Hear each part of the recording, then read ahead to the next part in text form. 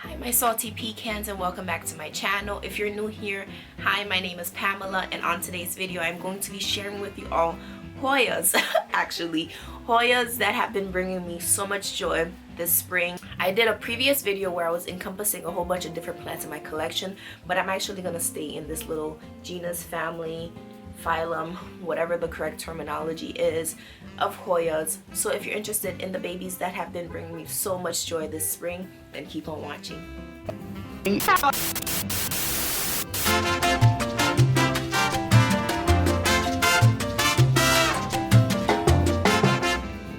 So welcome back. Alright, if you're not new to my channel, then you're definitely going to know the first plant I'm going to be mentioning, because this is my favorite type of Hoya. Just like in general, I have a whole bunch of them in my collection. I think I have about 9 of them, and I have different varieties, and I like it so much that I decided to just get something that looks similar to it. But the first Hoya I've been loving so much this spring is none other than my very first Hoya Carnosa Compacta, and this is just the green variety. This is the most beautifulest plant ever, and I know beautifulest is not a word, but neither is salty pecan, but we use words that we want, okay? So yeah, this baby, when I purchased, actually had this hitchhiker plant, and it is a fern. I don't own any other ferns in my collection, but this fern has managed to, to survive, and they've been living with each other for maybe almost 3 years now, 2-3 years. This Carnosa is so easygoing. It's non-fussy. Excuse me.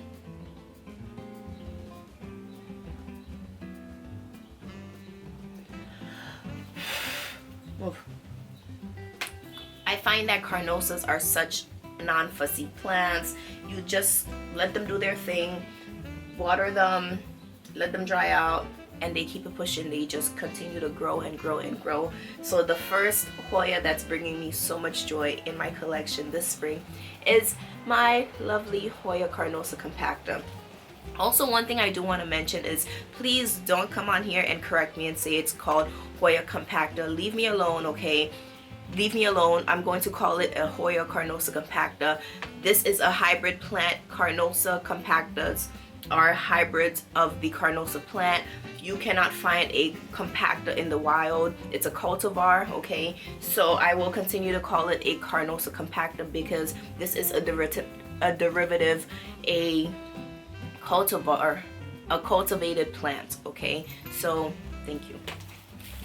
The next Hoya that has been bringing me so much joy this spring season is the Hoya Serpents. This is my Hoya Serpents. This baby is so beautiful, and as you can see, it's pushed out a whole little vine for me right here, so I'm so happy about that. Care wise for this plant, I find that it does not like to dry out. If you can give it the more humidity, the better, the happier it will be. So if you do have a Serpents and you find that you might be struggling a little bit with it, try to up the watering. Maybe try to give it more of a water-philic substrate versus a water-phobic substrate, like something that's well draining. Try to keep it something that holds on to moisture even more. You can even put this under a clothes. You can keep this in a terrarium. This plant again likes higher humidity.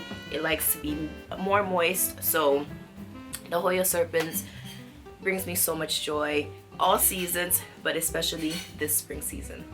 I have my Serpents right here on this copper trellis that I actually make and sell. So if you're interested, these are $12. They're handmade by me, and I sell them. If you're interested, you can comment down below and I can shoot you an email and an invoice via PayPal.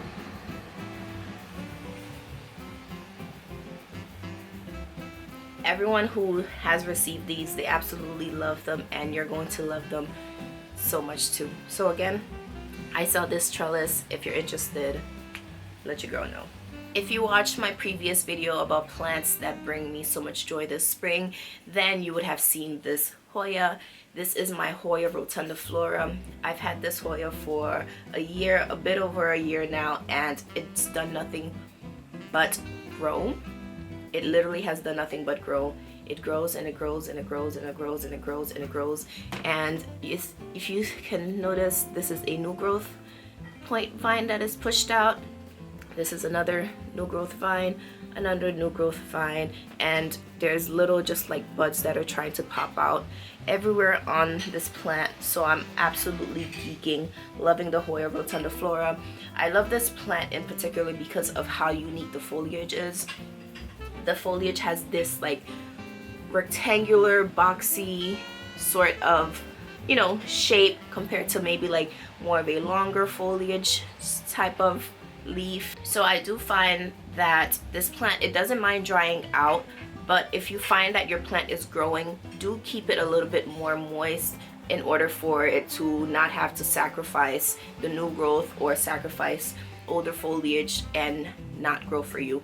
So again, I'm keeping this a bit more moist because I'm seeing it's pushing out growth, and that keeps the baby happy. So as I mentioned, I absolutely love the Carnosa compactas, and I would not leave out my Hoya Carnosa compacta variegata. This is the Regalis. The Regalis is the variation that has the green interior and white bordering. And again, I love this plant so much. A lot of you found my channel through my whole ordeal of the compacta, the failed compacta from years ago, and this baby right here is just making me so happy. It has so many new growth points. I think it has, if I can count with you all, it has, let me go from up here. There's a new growth point in here. So this is actually a new growth point. There's a new growth point here.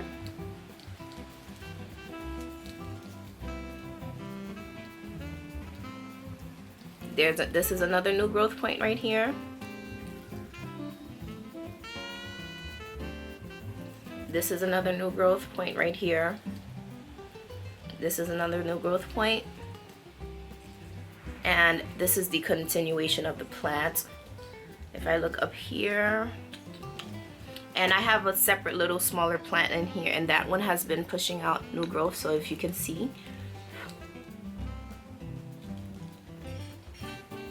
I'm not sure if you can see, but this baby right here is a new leaf. This is a new leaf coming in right here. So I love this plant so much. I have, again, different varieties. I have the Mauna Loa, and I have more regular green compactas, but compactas make me so happy.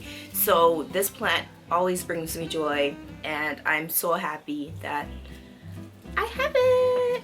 I think it's been so long since I last showed this Hoya on my channel, but this Hoya brings me joy. Just like in general, it makes me so happy to own it.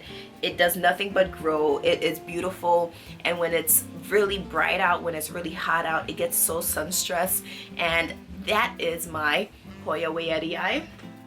I love this plant so much, my Hoya WayattheEye. I love it so much that I decided I needed all the varieties that there are. So I have this one, I have the regular variegated one, and I also have the Kentiana Lori Lynn.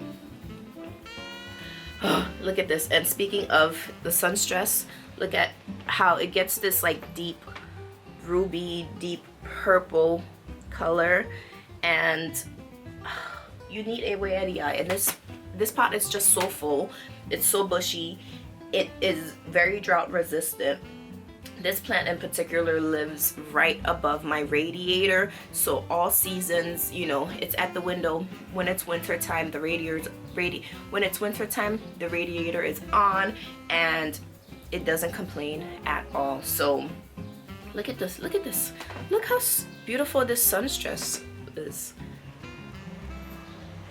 Come on. So the Hoya WayattheEye brings me so much joy this spring season, but again, brings me so much joy all seasons. All right, so this is the last compacta reference that I'm going to make in this video. But again, like I said, I love them so much. So the next Hoya that's a compacta, but it's not a compacta, it is the Hoya Swiffer's tail. I love the Hoya Swiffer's tail so much. It is beautiful. It resembles the Hoya compacta so much, but it's not. So the Hoya Swiffer's tail is actually a hybrid between the Hoya motisci and the Hoya fungii. So as you can see, it has that compacted, that curled shape that the Carnosa Compacta has, but again, it's not. The difference, if you don't know, is that this foliage is like 10 times larger than the regular Compacta foliage. So just to compare for you all to see, this is one of my other Compacta plants, and as you can see, this is just one leaf of the Hoya Compacta right here, and this is one leaf of the Swiffer's tail. This plant is literally like the size of a few nodes, okay? Just this one foliage is the size of a few nodes. So the Swiffer's tail, I needed it so badly. I have it, and it's also bringing me so much joy because it's been pushing out new growth ever since I purchased it. It does have 2 new leaves that it's pushed out. This is a new one that's, you know, trying to grow, and there's another one that's under there that came out, and I cannot wait for this to just get ginormous. I'm waiting for it to be like this, like vine and hang like this. I can't wait. It's gonna take, gosh, I don't know how many years for that to happen, but it's gonna happen, and we're gonna keep loving on this baby, okay? The next Hoya that's been bringing me so much joy this spring season is my Hoya Elegorium, and I'm showing you this plant because I thought I killed it a couple of weeks ago. I honestly thought this plant was dead. It was Lord Dunzo, and it came back to life. I'm an underwaterer, and I went through this whole phase of mental stress, and my plants suffered. So this was one of the ones that did suffer, and I thought it was dying, but after I watered it, it came back to life, and it's perked up, and I will never ever ever ever ever ever let it get to that state ever again. So the Hoya Elegorium brings me so much joy. I absolutely love the foliage. It is one of a thinner leaf foliage though, but it's beautiful, and I cannot wait for one day for this baby to bloom for me. I can't wait for all of my Hoyas to bloom for me. I have yet to have a Hoya bloom for me, but I've had countless peduncles, okay?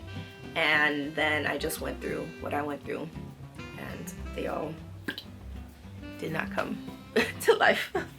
The last and final Hoya that has been bringing me an immense amount of joy this spring is none other than my Hoya Palinera Broguette. I love this freaking Hoya so much. It is beautiful, beautiful, beautiful, beautiful, beautiful, beautiful, beautiful. Similarly to the serpents, this Hoya I find does not like to dry out. So if I lose foliage, if I see some leaves are going yellow, it's most likely because the soil is drier than the plant prefers to be. So if one tip I can give you about this Hoya is don't let it dry out. Keep it in a moisture loving substrate, and it will grow for you. If you can give it humidity, it'll keep growing for you. And I actually have it in this pot. I actually sell these planter pots, so if you're interested, just go ahead and like comment below and I can send you an invoice. These are like handmade stone pots, and they have some copper detailing here. So these are 20 bucks if anyone is interested. But again, if you're interested in purchasing this planter, I do sell them, and I keep it as a cash po. It is made of stone, so you can't drill holes into it, but that's okay because I like to keep my plants in plastic planters inside of cash poles, and it's been working for me. So thank you so much, my salty pecans, for watching this video. These Hoyas, like I mentioned, have been bringing me an extreme amount of joy this spring season, especially coming out of, you know, the winter blues. These babies survived. Surviving Pam 2020, surviving Rona 2020, okay? Thank you so much, my salty pecans, for watching this video. If you liked it, please let me know by giving it a thumbs up and sharing. Subscribe if you aren't already. Join this little cookie family because we're pretty awesome here. Become a salty pecan, and don't forget to hit the notification bell to be notified every single time I upload a new video. And I'll see you on the next one. Let's get growing. Bye. うん。